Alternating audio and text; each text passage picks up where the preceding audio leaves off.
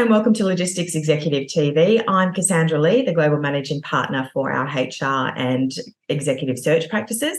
Today, I'm joined by Maria Pantalone, who is the CEO of Infinite Growth. Now, Infinite Growth is a business specialised on communication, so a vast range of areas really focused on helping people develop their communication skills, being aware and being very mindful of how they're actually communicating with others and what people need to be doing. Maria, thanks for joining us today on Logistics Executive TV. Thank you for inviting me, Cassandra. Now, Maria, give us a bit more of a heads up. Infinite Growth, what's the full spectrum of what the business is doing? We've certainly seen you had a stellar career and being a thought leader in this area and a published author, I might add. So fill us in on what Infinite Growth is doing and how you're going about that. So, as you said, we specialise in the areas of communication skills. Now, communication skills, broad spectrum. Can be anything from getting up and speaking to a group, talking to team members, writing emails, being in meetings when you're chairing a meeting, being able to persuade and influence others, demonstrating empathy, listening skills, which is something people forget. That's part of communicating, isn't it? You need to be able to listen to hear what the message is that's being said. So we work in all of those different areas and help the individual or the business, depending on who we're working with at the time, to develop specifically the areas that they need development in. So a lot of the programs are tailored to the needs, although we work on foundation skills. Like any great sporting team, they always come back to foundation skills, and that's what that's what we start with. We start with the foundation skills, and then we do a deep dive into the specific areas that are required by either the individual that I'm working with or the teams that we're working with. And what would some of those foundation skills be that run the whole gauntlet of who you're dealing with? Well, understanding the audience, who you're communicating with. Are they your team members? Are they your clients? What is it that they expect from you? What do they need to know from you? What level of understanding do they have of the topic that you're covering with them? Whether you're speaking to them or whether you're writing to them. If you're writing, are you writing in such a way that will make them understand what your message is? Quite often, people get so caught up in their jargon of their industry. And I work with so many different industries that, an acronym in one area can mean something totally different in another. And I remember one time I was running a workshop and someone was saying something about, this is the area that I'm working in, blah, blah, blah, and all the acronyms that came flying at me. And I just went, and everyone else in the room understood because they were all in the same industry, all in the same business area. And I just went, well, if you're writing to someone outside of your organisation, would they understand what you've just said? No.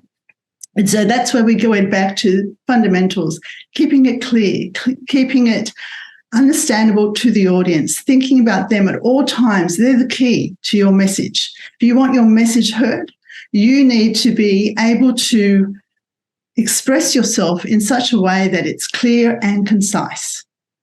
So critical. And, I think the longer you've been in business and then the more international you are in, what you're actually dealing with on a context, you then start to see how broad people's concepts and understanding of what communication skills truly is, and the fact that, unfortunately, when some people get into more senior levels, they're very good in certain elements from one particular perspective, and that might be public speaking or sending a very message, but the skills in other areas seem to diminish. So if we were sort of to look at our more senior executive leaders, what would be some of the things that they need to almost refresh themselves on at this stage of their career? And, bearing in mind, some of them are also going to be transitioning and going in and actually being candidates and being interviewed. And we certainly see a lot of people who might be very accomplished leaders, but they are abysmal when it comes to having a C-level interview. So what would be some of the key things that you would sort of share for them to be just mindful of?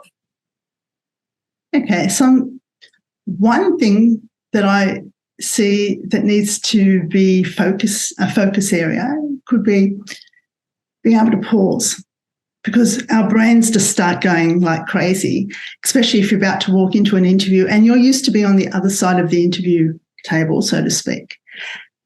The assumption that you'll automatically get the job because, hey, I've been doing X, Y, Z, but so have all the other candidates. So what makes you different to the rest or more suited to this role? So it's about you presenting yourself the best that you can possibly be.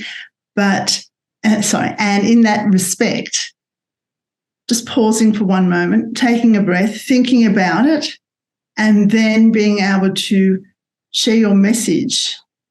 Again, keeping it very simple, clear, and concise. And when I say simple, I don't mean in the sense that you're dumbing down your qualifications, dumbing down what you're saying. I mean in the sense that by keeping it simple, people can make that connection with you better. I think that is such poignant advice. And unfortunately, most people do forget it. The more senior they get, it is just a bit of a comfort zone of them being in a boardroom, but being on the opposite side, and they almost sort of discombobulate. And it's very confronting. I was actually on an interview panel one time where we were interviewing board members, and someone had walked in and just made the assumption that because we'd met them, that we would want them straight away. And the reality is we needed to understand, did their values align with the board's values, the organisation's values, and whether what they could contribute in that way. So I think the alignment of values and being aware of that is very, very important. That unfortunately that particular person didn't get the role because they didn't seem to understand the need to have that alignment. And the skill set was there, but so were other people who came for the role also had the skill set. But then we found someone who had the alignment with the values as well. So it's really important to understand at a personal level when you're doing it, when you think about it, you are the CEO of your own personal brand. With that, you need to understand where do your values stay? Where are your values in alignment with what you want to be doing? And being able to communicate that well.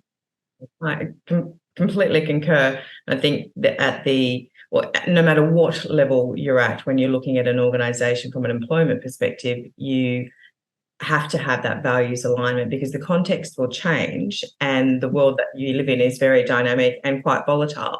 But if the values are aligned, both parties in a joint venture, which is what an employee-employer relationship ultimately is, will get through it together because they want to get through it together because there is that shared values and vision. And the more senior, and particularly when it comes to board compositions, if that is not there, and then because the assumption of having the actual technical skills or expertise, you're not in the room if you don't have that. The interview is those values aligned. And if you don't understand that, you've actually made just a major faux pas and the ego comes into it. And then that's when the whole thing will fall over very quickly. Delicate conversation to have, particularly with senior candidates.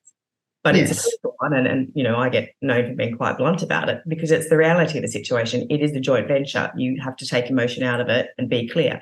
So it very much does come back to being clear and being concise about what that message actually is. Now, if we sort of take it back to, say, some advice for candidates who might be going through their mid-management journey. So, they might be sort of as supervisors or as team leaders now, really sort of taking that interest to hone their communication skills because they are having to speak in their teams and take that leadership role. They're having to write emails. What sorts of things should they be a little bit more cognizant of now or aim to invest in so that they are really building up how poignant their communication skills are and just the message that does get through to the dynamic environment that they are actually going to be working in and have the rest of their career in? It's a great question, Cassandra. A lot of the people, as you're saying these, I'm thinking of the people I've worked with over the years. So I'm going to answer with examples, if that's okay. I can think of one person in particular. In fact, the senior management had recognised this particular person as a potential candidate to move up through the organisation. but their communication skills, their technical skills were fabulous. They were an expert in their field, but they just couldn't communicate well with clients in writing or face-to-face. They were, I suppose, for want of a better word, shy. They didn't feel confident in themselves. And that's something I always ask people to think about. If you're confident in yourself, then it's amazing what opportunities open up to. So with this particular person, I was engaged to work with them on their writing skills, to improve their writing skills. So we looked at, who you're writing to, what is it they need to know, how can you write it in such a way? It has to be succinct, because nowadays we scan read everything, don't we? And initially they struggled. So, what we did was looked at everything they were doing and then focused on simple strategies to look at reviewing what they'd written. Was the information accurate? Was it brief? Was it clear? If you were reading this through your reader's eyes, how would they interpret your information? And it was interesting to see, because as we worked through different activities and focused on areas where, say, certain words eluded them in how to spell things correctly. Even the smallest things like grammar. Yes. If you read an email that, has grammatical errors in it, and simple words like the word there, or there, and used incorrectly, you automatically, and whether it's at a conscious level or unconscious level, you automatically think, oh, they don't really know what they're talking about. They can't even spell properly. And it's at the back of your mind, isn't it? As opposed to the person really does know what they're doing, but they've misspelt because they've been in a rush, or they don't really know the difference. So we focused on those details. That helps to polish the look of what they're saying, what they're writing. And, small things like, if you're not sure how to use the word there, Google it, or have it written there, have a summary there for you. There's the word there again. So it was very much about developing those skills. And it got to the point that when I met with this person, they could say, oh, hold on, Maria, before you look at that, I've just noticed I've forgotten to do, they were able to self-critique. So, and then their confidence increased so much that in their ability to communicate in writing, and they were an expert in their field, that the senior management then asked them to go and present to the clientele as part of a series of presentations that the organisation was doing as complimentary sessions for their clientele. So this person's gone from not speaking, not being able to write properly, to suddenly being asked to step up and present. So she comes back to me and says, okay, you need to help me prepare for this. Now, the interesting thing that I found from that was the confidence that she had developed in her writing skills transferred across. Instead of saying, no, that's too hard for me, which was what she would have said a couple of months earlier, she's gone, oh, what a great opportunity. And now, I helped her prepare herself for her presentation to the group, the materials, but more importantly, herself, her mental ability, her ability to prepare herself mentally to get up there and speak. Now, the end result was senior management came back to me and said, oh, my goodness, that was spectacular. This person has just blossomed in her role.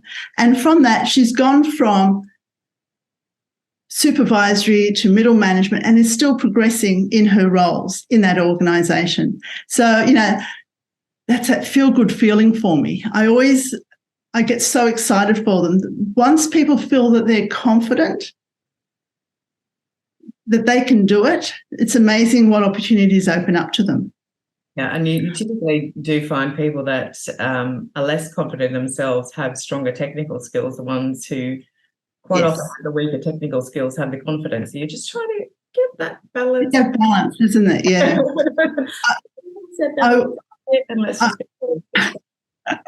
I once read a quote by Emily Key that said, believe in yourself and you will be unstoppable. So true. Yes. So, and, this example of this person was exactly that. She went from not wanting to talk to people, hiding away in her office, to suddenly, okay, you want me to do that? I'll get up and present, no problems. Amazing. And if there was sort of, one or two key takeaways that, to share with people, no matter where they're at on their journey, and particularly if they're working in an international environment where we have different levels of comprehension of English and cultural nuances and all those types of things, what would be that real one solid baseline foundation skill that everybody should always be self-regulating and trying to develop, no matter where they're at in the world and where they're at in their career? Is there one particular thing that you recommend to everyone, or maybe two or three?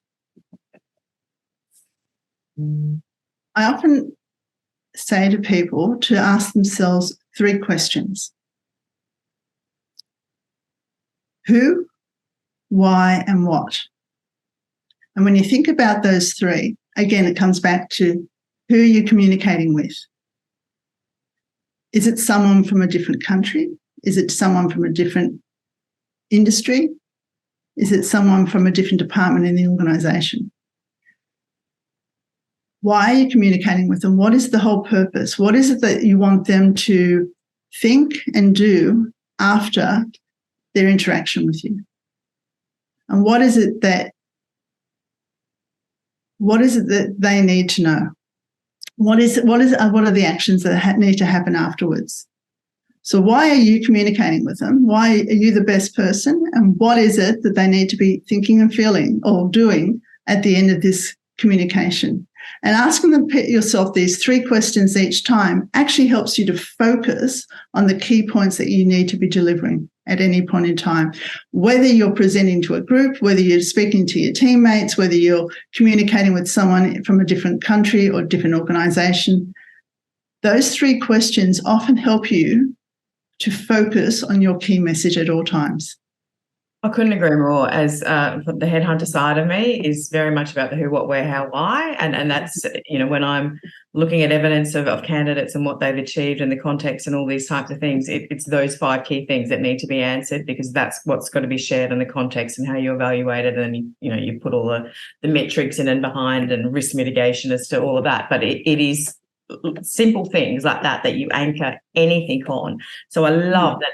The who, why, what. I think that's absolutely critical. So we will certainly be able to share that, and I know our audience will find that messaging quite succinct and very poignant for them, because it just relates to everyone, no matter how much communication we're doing. We are all in stages where we need to improve it and self-regulate and just be a bit more mindful of what we're doing. I know I'm quite guilty of thinking something and not articulating it the same way. So I would certainly appreciate your insights on that, Maria. Now, for anyone who wants to be able to reach out and get in touch with you to further develop their teams or for their own personal communication skills, how can they get in touch with you? Well, they can go to my website, infinitegrowth.com.au, and contact me that way, or email me directly at maria@infinitegrowth.com.au. Brilliant. And we'll certainly tag all of the business and yourself on LinkedIn posts and through YouTube, so that way everybody can reach out directly and have all of those links. But Maria, thank you so much for your insights today. It's been extremely valuable, and I know our audience will really be able to resonate with the key takeaways and come back, no matter what level of their career or personal branding journey they're actually on. Because it is certainly an area where I cannot stress enough how important it is for people to be mindful of their branding and the communication skills. That is absolutely critical to cementing that and having a solid foundation in that regard. So again, thank you so much for joining us on Logistics Executive TV today. Thank you for inviting me, Cassandra.